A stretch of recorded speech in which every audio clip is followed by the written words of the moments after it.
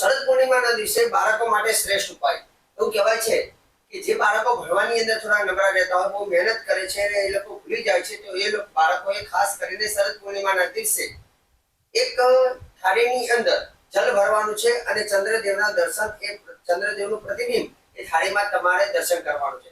સાથે એક ગ્લાસની અંદર દૂધ ભરી અને એમાં થોડી સાકર નાખીને એ થાળીની અંદર અર્ઘ્ય પ્રદાન કરવાનું છે. જે અર્ઘ્ય ખાસ કરીને સૂર્યદેવને આપણે અર્ઘ્ય પ્રદાન કરીએ તે રીતે થાળીની અંદર ચંદ્રદેવનું દર્શન કરી અર્ઘ્ય પ્રદાન કરવાનું, મતલબ અર્પણ કરવાનું અને ઓમ સુધાકરાય નમઃ મંત્ર બોલવાનું અને તે જલને ઓમ સુધાકરાય નમઃ મંત્રથી અર્ઘ્ય સમર્પણ કરવાનું અને એ કર્યા બાદ તે જલને આંખે અને મસ્તકે લગાવવાથી બાળકોની મેધા બુદ્ધિ થાય છે.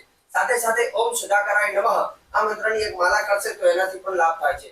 અને જોડે જોડે એક માટીની માટલીની અંદર પાણી ભરવાનું અને એની ઉપર કપડું ઢાંકીને આખી રાત ચંદ્રની ચાંદનીમાં રાખવાની અને એ બીજા દિવસે તે જલને ગ્રહણ કરવાથી એવું કહેવાય છે કે યાદ શક્તિમાં જોરદાર વધારો થાય છે. જે લોકો નીંદર નથી આવતી, બહુ ટેન્શનમાં હોય છે, તો આ ઉપાયથી એ લોકોને પણ ચોક્કસ લાભ થતો હોય છે.